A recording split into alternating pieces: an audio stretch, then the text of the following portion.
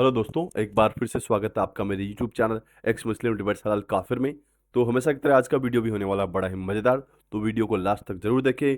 Video को like share subscribe करना ना भूलें। सीधे चलते हैं वीडियो में और मैं मिलता हूँ आप लोग से वीडियो के लास्ट में। क्या आपको वाकई में लगता है या फिर एक प्रोपेगेंडा है कि अब नई पीढ़ी जो है इस्लाम छोड़कर एक्स मुस्लिम बन रही है, जैसे कि आप? जी जी बिल्कुल, आपने सही सवाल किया। और अगर आप प्यू रिसर्च जिस सर्वे का आप हवाला दे रहे हैं, अगर आप देखें तो 2017 की सर्वे की रिपोर्ट है नॉर्थ अमेरिका के बारे में। अमेरिका या नॉर्थ अमेरिका की रिपोर्ट है। उसमें 23% मुस्लिम जो है उन्होंने इस्लाम छोड़ दिया। 23% रेट। आप सोचिए, हर जगह पे लोग इस्लाम छोड़ रहे हैं। तो उसकी वजह क्या है? जब एक इंसान खुद मुताला करता है कुरान का, हदीसों का, इस्लाम के कॉन्सेप्ट का, इसके अंदर जो कट्टरता है उसको जब देखता है, उसके दिलों में सवाल आता है, उसके जहनों में सवाल आता है और उसका कोई तसल्ली बख्श जवाब नहीं मिलता है, उसको ऐसा नजर आने लगता है कि इसमें इंसानियत नहीं है, तो फिर लोग इस्लाम छोड़ देते हैं। और उसी में से मैं हूं और कई सारे ऐसे लोग हैं जो इस्लाम छोड़ रहे हैं। लेकिन प्रॉब्लम यह है कि बहुत सारे लोग सामने आके इसलिए नहीं बताते क्योंकि उनके घर वाले उनका साथ छोड़ देते हैं, उनके मोहल्ले वाले उनके अगेंस्ट में आ जाते हैं, उनका सोशल बॉयकॉट किया जाता है, यहां तक कि उनको जान से मारने की धमकी भी दी जाती है। इसलिए कई सारे लोग इस्लाम छोड़ने के बावजूद सामने खुल के आके बोल नहीं पाते हैं। जी मौलाना रशीदी साहब, क्या वाकई में लोग एक्स मुस्लिम बन रहे हैं? क्या वाकई में लोग इस्लाम छोड़ रहे हैं या फिर एक अलग तरह का प्रोपेगेंडा चल रहा है इस वक्त पूरी दुनिया भर में, जहां हम ऐसे फोरम्स देख रहे हैं एक्स मुस्लिम? देखिए, मैं आपको एक चीज बता देता हूँ। कुरान कहता है इन्ना दीना इंदल्लाहिल इस्लाम, अल्लाह के नजदीक सबसे पसंदीदा दीन इस्लाम है, सबसे पसंदीदा दीन। और अल्लाह को फर्क नहीं पड़ता अगर सारी दुनिया मिलकर नमाज पढ़ना छोड़ दे, अल्लाह को मानना छोड़ दे, रसूल को मानना छोड़ दे, कुरान को मानना छोड़ दे। अल्लाह को फर्क नहीं पड़ता कि वो जितना बड़ा है उससे कम हो जाएगा, या अगर सारी दुनिया मिलकर नमाज पढ़ना शुरू कर दे, कुरान को पढ़ना शुरू कर दे, वो जितना बड़ा है उससे बड़ा हो जाएगा। ऐसा कुछ फर्क नहीं पड़ता। ये मेरी अपनी धारणा है, ये मेरा अपना मानना है कि मैं इस्लाम के साथ रहता हूँ या इस्लाम के साथ नहीं रहता हूँ। इस तरह के प्रोपेगेंडे इस्लाम के खिलाफ आज से नहीं चल रहे हैं, रहती दुनिया से लेकर आज तक और क़यामत तक चलेंगे। इस तरह के कुछ लोग हर दौर में आए हैं जिन्होंने नबूवत के भी दावे किए हैं, जिन्होंने कुरान की भी मुखालफत की है। और आज भी बहुत लोग हैं जो अल्लाह को नहीं मानते, जो कहते हैं हम नहीं मानते अल्लाह को। भाई ना माने तो उसमें कोई बुराई थोड़ा ही है। नहीं, आपको लगता है मेरा कुछ मानना ऐसी ये संख्या है, बड़ी है हाल फिलहाल में लोगों की देखिए, जो इस्लाम छोड़ रहे हैं? आपको ऐसा लगता है कहीं? मेरे नजदीक जो मैं अमेरिका, जैसे इन्होंने अभी बताया है, अमेरिका में, अमेरिका की बहुत प्रसिद्ध एक मैगजीन में 1992 या 93 की रिपोर्ट है, मैं नहीं याद कर पा रहा हूँ अभी। उसमें लिखा था कि और जगहों से ज्यादा 60% इस्लाम जो है अमेरिका में फैल रहा है।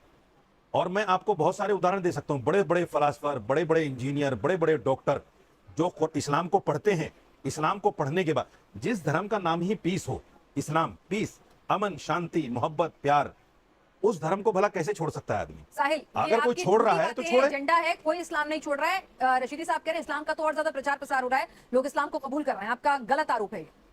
आप जैसे चंद लोग हैं जो प्रोपेगेंडा फैला रहे हैं। जवाब दें। एक चीज और मैं कह दूं, 30 सेकंड में, 30 सेकंड में। एक सेकंड, साहिल, अपनी बात पूरी कर ले, फिर आप साहिल एक सवाल का और जवाब दे देना। मैंने आपको, अगर इस्लाम इतना ही बुरा है तो मैं आपसे एक सवाल करना चाहता हूं। आप एक्स मुस्लिम क्यों लिखते हैं मेरे भाई?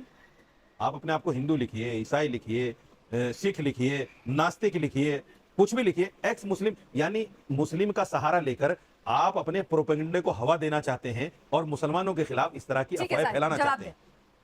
एक्स मुस्लिम लिखना छोड़ दीजिए अगर आपको नफरत है। अच्छा, सबसे पहले इनका लास्ट सवाल है, उसका मैं जवाब पहले दे देता हूं। मैं अपने आप के साथ हिंदू, क्रिश्चियन या एथियस्ट या जो भी है इसलिए नहीं लिखता हूं क्योंकि ना मैं हिंदू हूं, ना क्रिश्चियन हूं, ना सिख बना हूं, ना मुस्लिम भी तो नहीं हो ना। मैं इस्लाम से बाहर निकला हूं। नहीं, मुस्लिम भी तो नहीं हो ना, तो एक्स मुस्लिम क्यों लिखते हो? मुसलमान का सहारा बात कंप्लीट करने दीजिए। इस्लाम का सहारा लेकर क्यों आगे बढ़ रहे हो? मैंने कोई धर्म नहीं अपनाया है, इसलिए मैं एक्स मुस्लिम। दूसरी बात, आपने कहा कि लोग इस्लाम नहीं छोड़ रहे। प्यू रिसर्च का हवाला हमने दिया है, अमेरिका में खुद 23% मुस्लिम जो है वो इस्लाम छोड़ दिए। तीसरी चीज, आपने कहा कि अल्लाह को फर्क नहीं पड़ता है कि कोई नमाज पढ़े नहीं पढ़े, इस्लाम में रहे नहीं रहे। अगर अल्लाह सुब्हानहू व तआला को वाकई में फर्क नहीं पड़ता है तो नमाज ना पढ़ने पे सजा क्यों?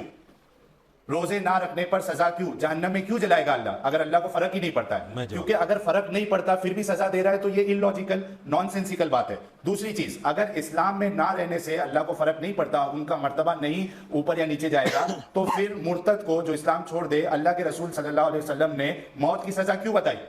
इसका जवाब दे दीजिए आप। मैं तीनों का जवाब देता हूँ और आपकी पहली बात का जवाब देता हूँ। जब आपने कहा कि मैं इस्लाम से निकला हूं, मैं किसी धर्म को नहीं मानता। जो आदमी किसी धर्म को नहीं मानता उसको हम अपनी जबान में नास्तिक कहते हैं। आप नास्तिक लिखिए अपने आप को। एक्स मुस्लिम ही क्यों लिखते हैं? ये एक बहुत बड़ा क्वेश्चन है। इस्लाम के नाम पर गलत प्रोपेगेंडा फैलाना, ये आपने देखा कि अगर मैं एक्स मुस्लिम लिखूंगा तो मुझे टीवी वाले बुलाएंगे, मुझे अखबार वाले इंटरव्यू करेंगे, मेरी अहमियत बढ़ेगी। अगर मैं नास्तिक लिख दूंगा अपने आप को, आपको कोई नहीं बुलाएगा। तो ये आपने जानबूझकर एक प्रोपेगेंडे के तहत किया है कि मैं एक्स मुस्लिम लिख रहा हूं। नंबर 2, एक्स मुस्लिम आप ही नहीं है, मुसलमान अगर कोई नास्तिक हो गया है, वो लोग हिंदू धर्म से भी आए हैं, वो लोग ईसाई धर्म से भी आए हैं, वो लोग क्रिश्चियन से भी आए हैं। ऐसा नहीं कि मुसलमान ही है जो सारे जितने भी नास्तिक हैं जिन्होंने धर्म छोड़ दिया, बहुत लोग हैं। इवन मैं जानता हूं कई लोगों को जो मुसलमान नाम है जिनके, वो कहते हैं भाई मैं मजहब को नहीं मानता यार। बहुत लोग हैं मेरे जानने वालों में भी। भाई ठीक है, कोई नहीं मानता ना माने, ठीक है साहिल, तो आप लेकिन जो मुस्लिम आपने लिखकर फायदा उठा रहे हैं, सुनिए मुसलमान ना होने एक चीज का। और बता दूं मैं आपको। जी, क्या इन्होंने हो जो गया? कहा कि नबी ने क्यों कहा कि वाजिबुल कत्ल, जी। वाजिबुल कत्ल क्यों कहा? देखिए नबी ने पता क्यों कहा है, मेरी बात सुन लीजिए पहले। नबी ने पता क्यों कहा है? आप धर्म छोड़ दीजिए, आप पर कोई दफा नहीं है। मान गए ये वाजिबुल कत्ल है। सुनिए, मैं माना नहीं हूं, अभी तो मैंने बात ही नहीं की उस पर, आप कह रहे हैं मान गए। इतनी जल्दी मत करो भाई। मैं ये कह रहा हूं कि नबी सल्लल्लाहु अलैहि वसल्लम ने ये कहा है अगर कोई धर्म छोड़ दे तो छोड़ दे, कोई बात नहीं है, बिल्कुल कोई बात नहीं है। ना नबी उस पर कुछ कहते हैं, ना कुरान उस पर कुछ कहता है। कोई इस्लाम को माने ना माने, हजारों करोड़ों अरबों खरबों लोग हैं जो नहीं मानते इस्लाम को। क्या हम सबको मारते फिरेंगे? क्या सबको कत्ल करते फिरेंगे? कुरान ने तो नहीं कहा ऐसा, नबी ने तो नहीं कहा ऐसा कि जो इस्लाम को ना माने उसको मार दो। ये आप झूठ फैला रहे हैं। अगर ऐसा होता तो हिंदू, हमारे 800 साल हमने हुकूमत की है, 800 साल में एक भी हिंदू बचता, एक भी ईसाई बचता, एक भी कोई दूसरे धर्म को मानने वाला बचता? इस्लाम ने ऐसा कोई नहीं कहा है। ये झूठा प्रोपेगेंडा है। रशीदी साहब, एक बार टॉपिक पे फिर से वापस आते हैं। जी। मेरा ये कहना है कि अगर किसी भी धर्म से लोग एथियस्ट बन रहे हैं या छोड़ रहे हैं वो धर्म, और क्योंकि यहाँ बात इस्लाम की हो रही है, चाहे वो आप कह सकते हैं कि उसकी संख्या कम या ज्यादा, जी, जी। पर मैं उसके पीछे की वजह समझना चाहती हूँ। ये हर धर्म अपने अंदर एक आत्मचिंतन मंथन करता है कि भाई क्या वजह है, क्यों लोग छोड़ रहे हैं, क्यों नास्तिक हो रहे हैं या क्यों दूसरे धर्म में जा रहे हैं।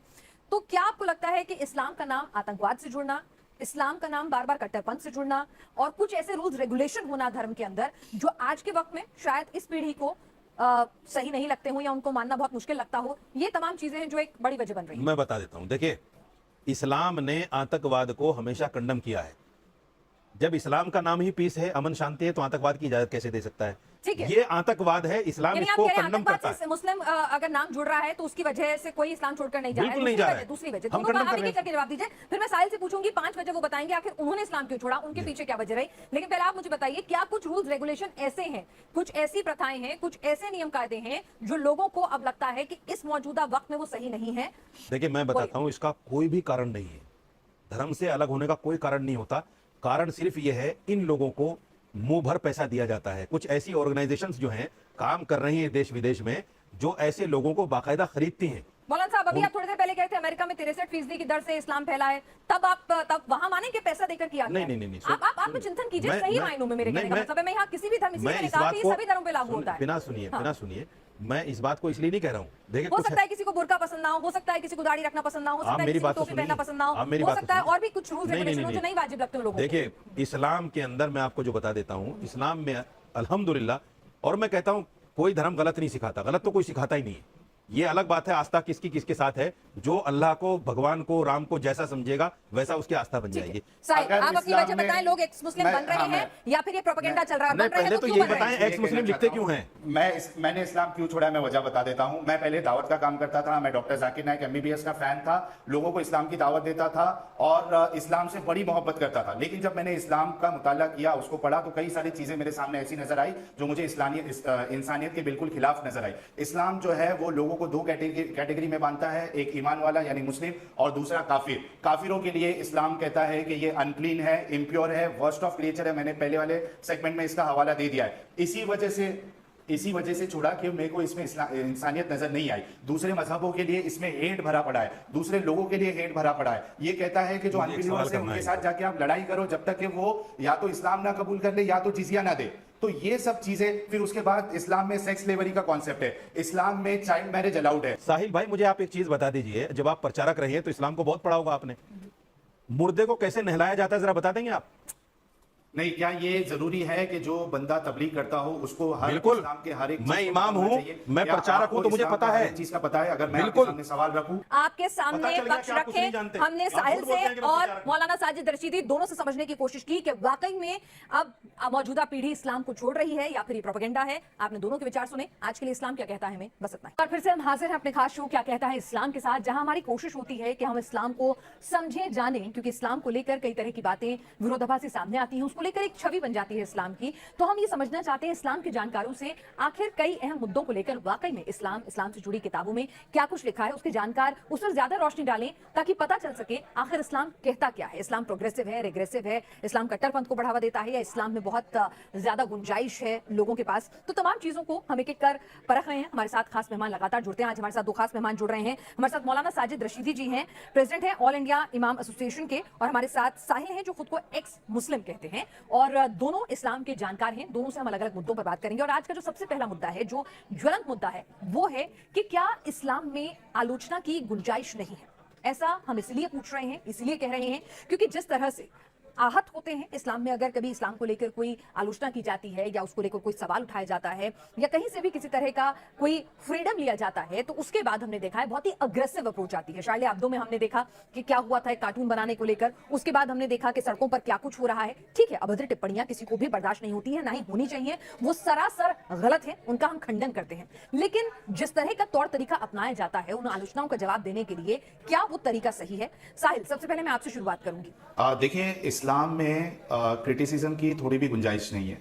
अगर आप क्रिटिसाइज करते हो या ब्लास्फेमी करते हो या कुछ और सबसे बड़ा प्रॉब्लम यह है कि ब्लास्फेमी की कोई डेफिनेशन नहीं है इस्लाम में। अगर आप सिर्फ हजरत मोहम्मद साहब को सिर्फ रसूल भी कह दे तो वो किसी के नजदीक ब्लास्फेमी हो जाएगी। अगर आप वो बात कर दे जो लिखी हुई है, जैसा नुपुर जी के साथ हुआ है, तो वो भी ब्लास्फेमी हो जाती है, हालांकि वो लिखी हुई बात है और लोग उसको मानते हैं। तो इस्लाम में ब्लास्फेमी की कोई डेफिनेशन नहीं है। हर कोई अपने हिसाब से आपकी बात को ब्लास्फेमी बना देगा, और जो ब्लास्फेमी करता है या क्रिटिसाइज करता है, इस्लाम के नजदीक उसकी सजा जो है वो मौत है, कत्ल है, सरतन से जुदा है।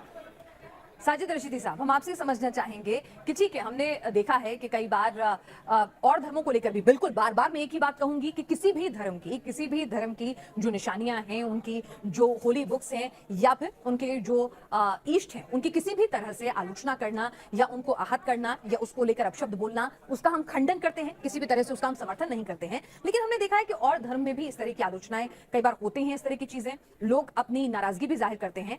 तो लेकिन फिर भी जिस तरह से इस्लाम को जोड़ा जाता है कि वहां बिल्कुल भी ये बर्दाश्त नहीं है, क्या ऐसा है? देखिए, एक चीज समझ लीजिए, कोई भी धर्म ऐसा नहीं है जिसमें इन आलोचनाओं की गुंजाइश हो। कोई भी धर्म नहीं है। यहाँ तो रिलीजन का मसला है, यहाँ तो धर्म का मामला है। धर्म के खिलाफ कोई आदमी जो धार्मिक होगा, वो धर्म के खिलाफ कोई भी बात को बर्दाश्त कर ही नहीं पाएगा। मेरे भाई ने भाई साहब, आप बीच में ना बोलें, मैं भी नहीं बोला और मैं बोलूंगा भी नहीं। आप जितनी बात बोलेंगे आप कहिए इत्मीनान से, मैं भी आपकी बात सुनूंगा, आप भी मेरी बात सुनिए, बीच में बिल्कुल कृपया मत बोलें। आपने कहा कि नुपुर शर्मा को लेकर जो बात हुई है वो हालांकि किताबों में लिखी है, लेकिन फिर भी इस तरह की बातें हो रही हैं। आपने आधा सच बोल दिया, आधा सच नहीं बोला। आधा सच ये है कि ठीक है, जो 6 साल 9 साल की बात है वो लिखी हुई है, मैं मानता हूं। किसी भी धर्म विशेष के खिलाफ अगर किसी भी तरह की टीका टिप्पणी होती है वो नागवारा गुजरती है। साहिल, क्या इस्लाम में आप कह रहे हैं कि आलोचना की गुंजाइश नहीं है? हालांकि हर धर्म के लोग जब भी उनके इष्ट को लेकर कोई भी टिप्पणी की जाती है, आहत होते हैं, सड़कों पर उतरते हैं, नाराजगी जाहिर करते हैं, कोर्ट में भी जाते हैं। हिंदू देवी देवताओं की भी अगर आपने झोले पे उनको छाप दिया, चप्पलों पे उनकी मूर्ति, चप्पलों पे उनकी तस्वीर उकेर दी, तो वो लोग भी नाराजगी जाहिर करते हैं। ऐसा नहीं है कि ये सिर्फ इस्लाम में हो रहा है या सिर्फ धर्म में हो रहा है, हर जगह होता है।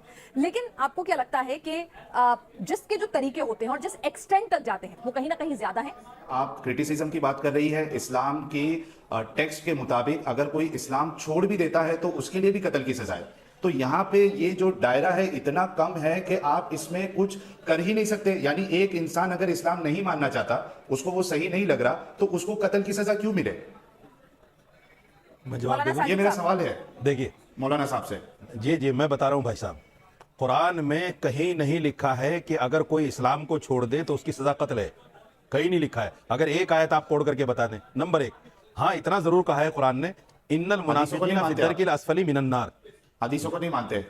अरे भाई, फिर बीच में बोल रहे हैं आप। ये बीच में बोलने वाला शोषा छोड़ दीजिए साहब। साहिल, आपके पास कोई रेफरेंस है कहां पर कहा गया है ऐसा, ताकि वो बता सके आपको? फिनास एक मिनट सुनिए। देखिए, 2 बातें होती हैं। एक होती है इफहाम व तफहीम। इफहाम व तफहीम का मतलब समझना समझाना। एक होता है सामने वाले को नीचा दिखाना। जो आदमी ये सोच लेकर बैठता है कि मुझे सामने वाले को नीचा दिखाना है, तो फिर वो ऐसे कुतर्क लेकर आता है जिन कुतर्कों की कहीं गुंजाइश नहीं होती। मेरा मानना सिर्फ यह है कि अगर हम बैठे सिर्फ इस्लाम में क्या कमी है या क्या खामी है आपकी नजर में, और मैं उसका जो बेहतर से बेहतर जवाब दे सकता हूं, आप मुझे पूछिए, बिल्कुल मैं आपको जवाब दूंगा। लेकिन ये कह देना कि साहब इस्लाम में बिल्कुल गुंजाइश नहीं, मुझे आप एक चीज बताइए, वो नबी जिस नबी के ऊपर एक बुढ़िया कूड़ा डाला करती थी रोजाना, और कुछ मुद्दत के बाद में वो बुढ़िया बीमार हो गई और कूड़ा ऊपर से नहीं आया, तो आप उसकी तीमारदारी के लिए चले जाते हैं। वो नबी जिसने ये कहा हो कि अगर आपका पड़ोसी भूखा रह जाए और आप पेट भर हैं तो आप मुसलमान नहीं हो सकते। अगर आप, वो नबी अगर ये कहे कि अगर आपने अपने पड़ोसी की तीमारदारी नहीं की, अपने पड़ोसी का ख्याल नहीं रखा, तो आप मुसलमान नहीं हो सकते, ऐसे नबी को क्या आप क्रिटिसाइज करेंगे सिर्फ ये सोचकर कि मैं एक्स मुस्लिम हूं या मैं मुसलमान नहीं हूं, मैं हिंदू हूं या जो है ईसाई हूं या कोई भी धर्म रखता हूं? ऐसा नहीं होता। ये इंसाफ का तकाजा नहीं है। इंसाफ का तकाजा ये है कि आप अपनी बात को रखिए। अगर आपको इस्लाम से कोई आपत्ति है तो आप बताइए कि हाँ साहब मुझे इस्लाम से ये आपत्ति थी, मैंने छोड़ दिया, बात खत्म हो गई। लेकिन मौलाना रशीदी साहब, आपने देखा होगा कई किताब के लेखक जो हैं उन्हें मुल्क छोड़कर जाना पड़ता है, उनको धमकियां मिलती हैं। शार्ली एब्दो में क्या कुछ हुआ ये हमने देखा है। हम नहीं कह रहे कि उन्होंने जो लिखा या जो कहा वो बिल्कुल सही हो, लेकिन किस एक्सट्रीम तक चले जाना अपनी नाराजगी जाहिर करने के लिए? आज सड़कों पर ठीक है, नूपुर शर्मा ने जो कहा वो बिल्कुल गलत था, उसका तमाम लोग विरोध करते हैं, खंडन करते हैं, वो नहीं बर्दाश्त के काबिल है। लेकिन जिस तरह से जो सब कुछ हो रहा है, कानून अपना काम कर रहा है, लेकिन जो सब कुछ सड़कों पर नजर आ रहा है, जिस तरह का वहां पर पत्थरबाजी हो रही है, क्या वो सही है? इस्लाम के मुताबिक ऐसा होना चाहिए? आप तो बता रहे हैं ना कि वो नबी जो अपने ऊपर कूड़ा फेंकने वाले की तीमारदारी करते थे, यहाँ पर क्या हो रहा है ये देखिए। मैं बता रहा हूँ। आपने देखी वो तस्वीरें जो बैंगलोर से आई हैं, किस तरह से नूपुर शर्मा का पुतला लटका दिया गया? मैं बता रहा हूँ, आपकी बारी आएगी साहब, एक बार देखिए बात सुनिए। ये नूपुर शर्मा के बारे में जो भी हो रहा है, मुझे मौका दीजिए। बिनाज, हाँ साहिल, मैं आपके पास आती हूँ, एक बार रशीदी साहब अपनी बात पूरी बिनाज, ये जो नूपुर शर्मा के बारे में हो रहा है ये मेरा जुमहूरी हक है, लेकिन गर्दन काटने की जो बात कही जा रही है, गर्दन काटने की बात गलत है, मैं उसको कंडम करता हूं। रेप की बात जो कही जा रही है मैं उसको कंडम करता हूं। ये इस्लाम नहीं है, ये इस्लाम नहीं है। पत्थरबाजी अगर कहीं हुई है, किसी को नुकसान और हानि पहुंचाने की बात हुई है, तो इस्लाम ये नहीं कहता कि आप किसी को तकलीफ पहुंचाओ। मैं उस इस्लाम की बात नहीं करना चाहता जिसके नाम पर जिहाद हो रहा है, जिसके नाम पर सीरिया चल रहा है, जिसके नाम पर इराक चल रहा है। गलत प्रोपेगेंडा इस्लाम के खिलाफ रशीदी साहब कह रहे हैं फैलाया जा रहा है। ठीक है, वो अगर अपने आराध्य की आलोचना से नाराज हैं तो उसका हक बनता है उन्हें, जो कि हर धर्म के लोग करते हैं। कोई भी नहीं चाहेगा उनके इश्क के बारे में अपशब्द कहे जाएं। तो अगर मुस्लिम ऐसा कर रहे हैं तो कहीं गलत नहीं कर रहे हैं। और बाकी उन्होंने कहा कि कहीं भी ऐसा नहीं कहता इस्लाम की आलोचना करने वाले का आप सर कलम कर दो या उन्हें जान से मार दो, उसका तो वो खुद खंडन कर रहे हैं। तो इस्लाम गलत आलोचना तो स्वीकार कर रहा है ना, अपनी नाराजगी तो जाहिर करेगा ना अगर कोई इश्क के बारे में कुछ कहता है। साहिब मैं मौलाना साहब को चैलेंज करता हूं कि इन्होंने जो कूड़े वाली ये बताया है, वाकया बताया है कि वो जो बुढ़िया थी वो कूड़ा फेंकती थी और रसूलुल्लाह एक दिन वो नहीं आई तो रसूलुल्लाह गए उनकी तीमारदारी के लिए। मैं मौलाना साहब को चैलेंज करता हूं आज टीवी शो पे कि इस वाकये की दलील दे दे, कौन सी ऑथेंटिक हदीस में लिखा हुआ है, मैं इस्लाम कबूल करने के लिए रेडी हूँ। ये झूठ प्रोपेगेंडा यानी झूठी बातें ये फैलाई जाती है। सुनन नसाई की हदीस नंबर 4061 आप देख लीजिए, सुनन नसाई की 4062 देख लीजिए, सुनन नसाई की 4063 देख लीजिए, सुनन नसाई की 4064, इब्ने माजा की 2535। हदीसों की लाइन लगा सकता हूं मैं जहां पे ये कहा गया है। ठीक है साहिब, मैं जवाब ले लेती हूँ रशीदी साहब। देखिए, कुरान ये कहता है कि जो आदमी किसी एक इंसान को कत्ल करता है वो ऐसा है फकअन्नहुमा क़तलन्नास जमीआ, जैसे उसने पूरी इंसानियत को कत्ल कर दिया। साहिल ये गलत दे रहे हैं, ये साहिल पढ़ के सुना रहे हैं, ये क्या है? देखिए मैं तो जानती नहीं हूं, मैं बता रहा हूं, ये गूगल यूनिवर्सिटी है जहां से ये पढ़ रहे हैं। देखिए मैं आपको एक चीज बता देता हूं, सुनिए। अरे भाई ये गूगल यूनिवर्सिटी है, इसको छोड़ दीजिए। यूनिवर्सिटी नहीं है, मैं इस पर ईमान नहीं रखता। आपके सुनिए, इसको छोड़ दीजिए मेरे भाई, मेरी बात सुनिए। मैं गूगल यूनिवर्सिटी पर ईमान नहीं रखता, बिल्कुल नहीं रखता। आप लाख बार भी दिखाएंगे जब भी इसको जूम करके दिखाइए। नहीं मैं, अरे भाई साहब, गूगल यूनिवर्सिटी नहीं है, हदीस की किताब है। मैं गूगल यूनिवर्सिटी पर ईमान रखता ही नहीं हूं, छोड़ दीजिए ना। हदीस है, साहिल मेरे भाई, नसाई का हवाला दिया है, बुखारी का हवाला दिया है, मुस्लिम का हवाला दिया है। अच्छा सुन दो, ठीक है साहिल, उनको भी बोलने दीजिए। सुनिए इस तरीके से नहीं चलेगा मौलाना साहब। मेरे भाई, ये जितनी सही हदीसें हैं, सुनो जी सुनो, एक मिसाल मशहूर है। एक साहब ने कहा कि भाई जो आदमी 2 और 2 4 साबित कर देगा मैं अपना सब कुछ हार जाऊंगा, यहां तक कि अपनी बीवी भी हार जाऊंगा। बीवी ने कहा बेवकूफ, 2 और 2 तो कोई भी 4 साबित कर देगा, क्या तू मुझे भी हार जाएगा? उसने कहा बेवकूफ मैं नहीं हूं, तू है। बोले कैसे? बोले ऐसे कि मैं मानूंगा ही नहीं ना, मैं कहूंगा 2 और 2 5 होते हैं। अगर आप ये नजरिया लेकर बैठे हो कि मुझे मौलाना साहब की कोई ये बात आपका माननी ही फिट हो रही नहीं है। है मैं तो फिर बता मैं रहा हूं आपको नहीं हवाले और समझा आप नहीं मान रहे सकता। हो। फिर अगर मैं पूरा कुरान भी आपको पढ़ के सुना दूं, पूरी हदीस आपको पढ़ के तो आपको तो मानना ही नहीं है ना मेरे भाई। दूसरी बात सुनिए, वो नबी जो लड़ाई के मैदान में भी ये कहता हो कि बूढ़ों पर हाथ नहीं उठाना, औरतों पर हाथ नहीं उठाना, बच्चों को कुछ नहीं कहना, वो क्या ये कह सकता है कि जो ईमान न लाए उसको मार दो, कत्ल कर दो? बिल्कुल नहीं कह सकता। कंडेमनेबल। तो साहिल जिस जिस जिस बिल्कुल जिस condemnable है किताब ये। का रेफरेंस दे रहे हैं, जिस हदीस का रेफरेंस दे रहे हैं, वो गलत है। नहीं आप ये कह हदीस, रहे हैं। अरे ये भाई गूगल यूनिवर्सिटी है। अच्छा। आप बुखारी किताब लाइए ठीक ना है। उठा के, ठीक सुनन है। अबू दाऊद किताब लाइए उठा के। साहिल एक छोटी टिप्पणी आपसे, फिर अगले मुद्दे पर आएंगे। मैंने हवाला दिया है। हवा ऐसे नहीं होता हवाला। लाइए मैं हवाला दे देता हूं आपको कि मैं ये आपने कह जो रहा है हूं, 50 मर्डर कर दिए, ना गूगल जी, में लिखा हुआ मैंने- आपके नाम के यार साथ, अभी मुझे तो बोलने माना दीजिए। जाएगा उसको? मौलाना ठीक साहब है, साहिल आप बोलने अपनी बात दीजिए। कंप्लीट करें। कि ये नहीं माना मौलाना जाता। साहब बोलने दीजिए मुझे। बोलिए बोलिए। हाँ, बीच में ना बोलिए जी। पिनाज जी, जितने लोग देखेंगे, जितने मुसलमान देखेंगे, सब लोगों को ये पता चलेगा कि मैंने जो हदीसें बताई है बिल्कुल ऑथेंटिक है, और मौलाना राशिदी साहब जो है जबरदस्ती इससे पीछे छुड़ा रहे हैं। दूसरी बात, इन्होंने जो कचरे वाली हदीस कचरे वाला जो वाकया बताया था इन्होंने, उसकी दलील इन्होंने नहीं दी। अभी हंसने से नहीं चलेगा। आप बहुत गुस्से में लग रहे हैं मुझे, और ये बात जो बताना चाह रहे हैं ना, आप गुस्से में बताना चाह रहे हैं कि ऐसा क्यों है। एक एक आयत को मैं क्लियरिफाई हमेशा कर बोल देता लीजिए साहिल भाई, एक एक आयत को क्लियरिफाई कर लीजिए। शायद आपको ये नहीं पता कि हर आयत का एक शान नुज़ूल है। शान नुज़ूल का मतलब ये होता है पिनाज कि जो आयत जब जरूरत हुई उसके पीछे आगे क्या क्या प्रतिक्रियाएं रही, क्यों वो आयत आई, किस बिना पर ये कहा गया, वो चीजें शान नुज़ूल में कोड की जाती हैं। मेरे साहिल भाई को शायद कुरान की तफसीर के बारे में जर्रा बराबर भी इल्म नहीं है। अगर ये इल्म तफसीर को पढ़ लेते, तो इस तरह के सवाल ही नहीं उठाते। ठीक है, इन्होंने चलिए, इल्म तफसीर को पढ़ा ही नहीं है। यहाँ मेरे पास इस मुद्दे पर बातचीत करने के लिए भी वक्त की इतनी ही गुंजाइश थी, तो मैं चाहूंगी कि आप दोनों ने अपने अपने व्यू पॉइंट्स रखे हैं। ठीक है, किसी भी धर्म में कोई भी उस धर्म का अनुयायी जो होगा अपने ईष्ट की या अपने धार्मिक ग्रंथों की किसी भी तरह से आलोचना है, उसके लिए अपशब्द बर्दाश्त नहीं करेगा, जो कि करने भी नहीं चाहिए। और न्यूज नेशन भी उन तमाम ऐसे लोगों का, ऐसी विचारधारा का, ऐसे बयानों का खंडन करता है। और हमने जानने की कोशिश की क्या जो विरोध का तरीका है वो किस हद तक और कैसा होना चाहिए।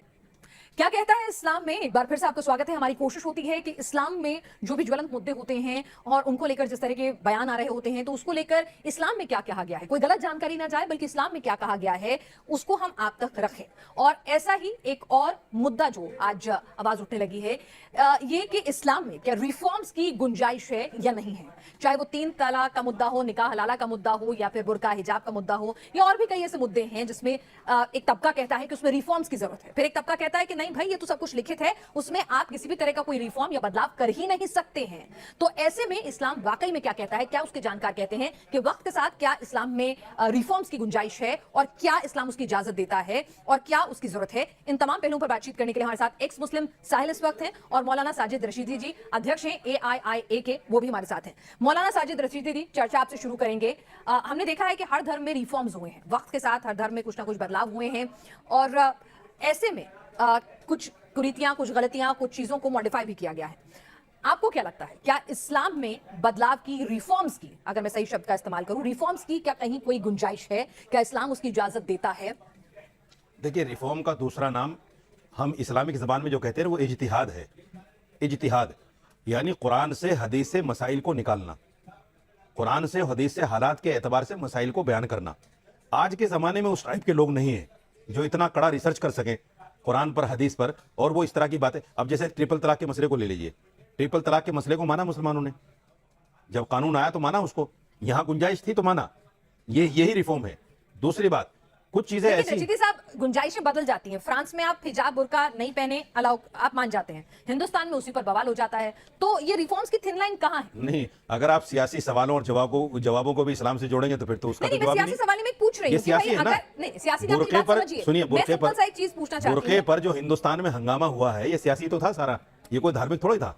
आप मुझे बताइए, अगर इस्लामिक हो तो बताइए। इस्लामिक था ही नहीं, अगर सारा धार्मिक था। अगर कोई ये कहता है, 3 तलाक के मुद्दे को भी पहले ही कहा गया कि एजेंडा है एक पार्टी का, और ये इस्लाम के हिसाब से, शरिया के हिसाब से ना चलने देने की उनकी धार्मिक स्वतंत्रता में, इसीलिए कोर्ट में भी गए ना। नहीं तो अगर होता तो पहली बार में चुपचाप मान लिया जाता, कोर्ट में चैलेंज नहीं होता। मेरी बात समझिए, यहाँ पर हम एक चीज समझना चाह रहे हैं कि इस्लाम में क्या कुछ रिफॉर्म्स की, अगर हम बुर्का प्रथा की बात करें या पर्दा प्रथा, बुर्का तो है भी नहीं शब्द, ऐसा कुछ जानकारों ने मुझे बताया जब हमने पिछले एपिसोड्स किए, तो अगर पर्दा प्रथा है, कोई लड़की है, उसे स्विमिंग चैंपियनशिप में भाग लेना है, और ऐसे में उसे लगता है कि हाँ यहाँ रिफॉर्म होना चाहिए, तो इस तरह की कोई गुंजाइश इस्लाम में है कि नहीं? देखिए, पर्दा जो आज के टाइम में जो बुर्का है ना, इस्लाम में तो ये बुर्का है ही नहीं, ये पर्दे में आता ही नहीं है। पर्दे का मतलब पता क्या है? पर्दे का असल मतलब ये जी है, मैंने उसमें पूरा शो किया है, बिल्कुल मालूम है, लेकिन मैं वही पूछ रही हूँ मैं कि वही- अगर कोई सुनिए, स्विम कंपटीशन में जाना चाहता है, वहां पे हिजाब नहीं पहन सकता है, वहां पे चुस्त कपड़े पहनने ही पहनने पड़ेंगे, और उसकी डिमांड ही ऐसी है, तो फिर ऐसे में क्या करे कोई शख्स? ये छोड़ दे हिंदुस्तान है, कंपटीशन? ये हिंदुस्तान है। जब साहिल जैसा आदमी इस्लाम को छोड़ सकता है तो कोई आदमी आधे कपड़े पहनकर क्यों नहीं जा सकता कहीं भी? किसने मना किया है? कोई मना नहीं करता। आप इस्लाम को छोड़ें, इस्लाम को माने न माने, मौलाना कौन कौन किसी पर तलवार लेके फिर रहा है कि नहीं जी अगर आपने आधे कपड़े पहन लिए तो आप मुझे बताइए, जो इस्लाम पर सवाल उठाते हैं उनको ये नजर नहीं आता कि फिल्मों में जिस तरह से औरत की बेइज्जती की जाती है और जिस तरह से सीन दिखाए जाते हैं और दर्शाए जाते हैं, इस पर कोई सवाल नहीं नहीं, उठाएगा। बड़े सारे फतवे वो आईब्रो कराने पर entertainment भी है। फतवा होता है, नहीं, और नहीं, वो- आप देखिए किसी वो भी तो- फिल्म इंडस्ट्री में जाने पर भी फतवा होता है, ऐसा नहीं है। तो मैं वही पूछ रही हूँ, क्या कहीं कुछ आपको लगता है वक्त के साथ, जैसे देखिए, हर रिलीजन में कुछ ना कुछ अगर कोई फूट फतवे प्रथा को चल यहाँ रही मत है- जोड़िए। नहीं नहीं, मैं नहीं, एक चीज पूछ रही हूँ आपसे, आप समझिए, मैं फतवा बिल्कुल अपनी यकीन जगह मानिए, है। सुनिए। एक समझने के तौर पर आपसे समझना चाहती हूँ, समझ- क्योंकि आप जानकार हैं कि भाई हर चीज में बदलाव की और एक गुंजाइश होती है, उसमें कुछ कमियां हो या मौजूदा वक्त के साथ अगर कुछ बदलाव की जरूरतें हो तो वो करने की हर धर्म में हम देखते हैं, हर समाज में हम हिंदुस्तान- देखते हैं, वो होता है। तो क्या इस्लाम में इस तरह की रिफॉर्म्स की आपको लगता है जरूरत है? हिंदुस्तान जमहूरी मुल्क है।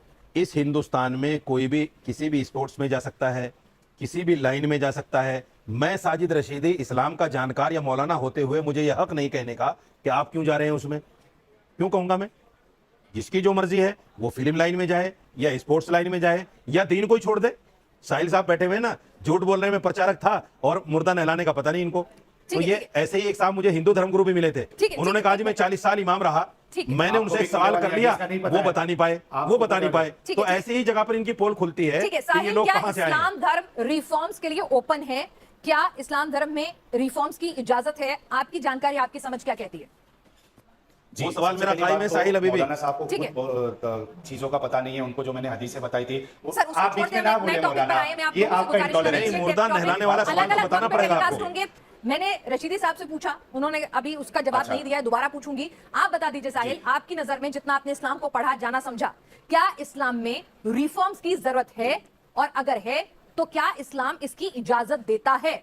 जी देखिए, इस्लाम में रिफॉर्मेशन इसलिए पॉसिबल नहीं है क्योंकि इस्लाम को परफेक्ट रिलीजन बोला गया है। जो चीज परफेक्ट होती है उसमें गुंजाइश नहीं होती है कि आप उसमें चेंजेस करो। इम्परफेक्ट चीज जिसमें कमियां होती है उसमें चांसेस होते हैं। इस्लाम में रिफॉर्मेशन के कोई चांसेस नहीं है। अल्लाह के रसूल सल्लल्लाहु अलैहि वसल्लम फरमाते हैं कि दीन में, रिलीजन में आप कोई भी नई चीज दाखिल नहीं कर सकते। अगर नई चीज दाखिल करोगे तो वो जहन्नम में लेके जाएगा आपको। तो इस्लाम में रिफॉर्मेशन पता नहीं है। इसी वजह से मौलाना साहब ने, जब आपने सवाल किया इस्लाम में पॉसिबल है कि नहीं है कि एक लड़की स्विमिंग कंपटीशन में जाए, उन्होंने वो जवाब नहीं दिया, उन्होंने हिंदुस्तान का हवाला दिया। तो मैं ये कहूंगा कि हिंदुस्तान का जो हमारा कॉन्स्टिट्यूशन है, जो कानून है, वो इस्लाम से करोड़ों गुना अच्छा है। इसमें चेंजेस भी आ सकते हैं वक्त के एतबार से, और इसमें और भी गुंजाइश है कि इंसानियत के मुताबिक इसमें कानून बनाए जाए। लेकिन इस्लाम में रिफॉर्मेशन की कोई पॉसिबिलिटी नहीं है। साजिद और साहब यही ये कह रहे हकीकत हैं कि इस्लाम में रिफॉर्म्स हो ही नहीं सकते क्योंकि इस्लाम तो कहता है कि वो परफेक्ट रिलीजन है। आप जवाब दें, कैसा है? देखिए, मैंने पहले ही कहा कि इस्लाम में रिफॉर्म का जो प्लेटफॉर्म है वो इज्तिहाद है, जिसका साहिल को हवा भी नहीं है। न इनको इल्म तफसीर की हवा है, न इनको इज्तिहाद की हवा है। क्योंकि अगर ये पढ़कर आते पता है कहीं से, अगर इन्होंने कहीं पढ़ा होता इस्लाम को और किसी अच्छे उस्ताद की उसमें पढ़ा होता तो शायद इनको इन्होंने सारा व्हाट्सएप पे, फेसबुक पे, गूगल पे पढ़ा इस्लाम को, इसलिए इनके सामने गलत जानकारियां हैं। दूसरी बात, इन्होंने कहा कि साहब हिंदुस्तान के कंटेक्स्ट में पूछा है, इस्लाम के कंटेक्स्ट। मैं आपको ये बताना चाहता हूं, जब हम यहां इस्लाम की बात करते हैं साहिल मियां, तो हम पर एक इल्जाम ये लगता है कि ये देश शरीयत से नहीं चलेगा, ये देश संविधान से चलेगा। तो हम यहां शरीयत की बात नहीं कर सकते मेरे भाई, हम यहां संविधान की ही बात करते हैं कि साहब ये देश संविधान से चलता है। सर, देश ये तो संविधान इस्लामिक- से ही ये चलेगा, इस्लामिक लेकिन मैं कंट्री आपसे नहीं जो है। समझना चाह रही हूँ वो आपसे ये फिर इस्लाम पे से जवाब सुनिए नहीं है। सुनिए रशीदी ये साहब, आप इस्लामिक कंट्री हिंदुस्तान नहीं की है। बात नहीं कर रही, मैं इस्लाम की बात कर रही इस्लाम हूँ पे यहाँ जवाब पर। नहीं देंगे। एक मिनट, मैं इस्लाम की बात कर रही हूँ। यानी कि आप कह रहे हैं कि इस्लाम में रिफॉर्म्स हो सकते हैं, मैंने सही बोला शब्द? ना जिहाद उसका रास्ता है। मैंने बोला ना इज्तिहाद जो है, इज्तिहाद जिसको जिहाद कहा की जाता है, इज्तिहाद। जो क्या बड़े बोले? मुहद्दिसीन, मुफस्सिरीन, मुफक्किरीन है हमारे यहाँ, गलत ये बात है। हमारी लैंग्वेज है, जो हमारे मौलवी मुफ्ती के गलत बाद है। में जो लोग इस पर जानकारी जी, जी। रखते हैं, वो जब सर जोड़कर बैठते हैं तो बहुत सारी चीजें निकल कर आती तो हैं। आपको लगता है कि रिफॉर्म्स की कुछ जरूरत है क्योंकि जमाना बदल गया है, वक्त बदल गया है, उसकी बिल्कुल जरूरतें जरूरत है। अब बदल जैसे गई। देखिए निकाह हलाला की बात आप करते हैं, लेकिन उसको तो फाइट करने के लिए पहुंच जाते अब हैं सुन कोर्ट लीजिए में, ना, वो कहते हैं वो तो यार इस्लाम को खत्म और बर्बाद सुन करने की लीजिए ना, कोशिश है। सुन लीजिए ना, निकाह हलाला क्या है इस्लाम में? नहीं है, नहीं है निकाह हलाला इस्लाम में। क्या है इस्लाम में? शर्त के साथ निकाह जायज ही नहीं है कि आपसे ये कहा जाए कि एक रात के लिए मैं आपको निकाह में ले रहा हूं, सुबह तलाक दे दूंगा। ये निकाह ही नहीं होता, तो निकाह हलाला कहां से हो गया? दूसरी बात,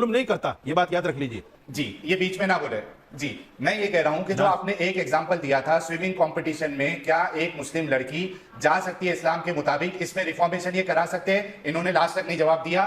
जवाब होना अरे चाहिए, मेरे हाँ, भाई, हम सानिया changes मिर्जा कर सकते खेलती हैं, है ना, कौन नहीं, मना हम कर नहीं रहा changes है? कर सकते। कितनी मुस्लिम दूसरी लड़कियां चीज, जा रही हैं आपने कहा स्विमिंग में, इस्लाम में कितनी चोरों मुस्लिम को लड़कियां क्रिकेट खेल हाथ रही हैं? काटने की कौन मना जगह कर रहा है है, किसी को? इस्लाम की बात हो रही है। क्या बात आप कर रहे हो? मोमिनों की बात कौन मना नहीं कर होती रहा मौलाना। है? किसी जलेबी मौलवी ना ने बनाओ। फतवा दिया उनके खिलाफ? जलेबी ना बनाओ कि इसको मौलाना। कत्ल कर दो? इस्लाम की बात क्या है। बात कर रहे हो आप? फतवा दे दो कि इस्लाम के हिसाब से आप बोलो कि इस्लाम आप के बता दो ना, हिसाब जो आपसे से सवाल एक किया वो तो जवाब दे नहीं पा रहे हो आप। स्विमिंग सूट पहन के जो आपसे सवाल हुआ उसका जवाब तो आप दे नहीं पा रहे हो, लेकिन आपको दो दो पांच बताना है। पूरे वाली हदीस का रेफरेंस बताइए दो दो पांच। पूरे वाली हदीस का, क्योंकि आपको समझना नहीं है ना इस्लाम को। ठीक है, आपको चलिए समझना हमारी नहीं, हमारी criticize ये करना है। कोशिश थी, दीजिए मौलाना। आपने आपको सिर्फ इस्लाम में criticize रिफॉर्म्स करना है। की इजाजत है या आपको समझना नहीं? नहीं है रशीदी इस्लाम। साहब का अपना तर्क है, साहिल कहते हैं कि इस्लाम रिफॉर्म्स की इजाजत देता ही नहीं है, वो परफेक्ट रिलीजन मानता है। रशीदी साहब कहते हैं गुंजाइश है, लेकिन कौन से वो होनी चाहिए रिफॉर्म्स, इस पर वो कुछ नहीं बोलते हैं। आप लोगों ने वीडियो यहाँ तक देखा तो आई होप आपको वीडियो बहुत पसंद आया होगा। वीडियो पसंद आया तो वीडियो को लाइक करें, शेयर करें और चैनल को सब्सक्राइब करना ना भूलें। मैं मिलता हूँ आप लोगों से अगले वीडियो में। थैंक यू सो मच, अपना ख्याल रखें।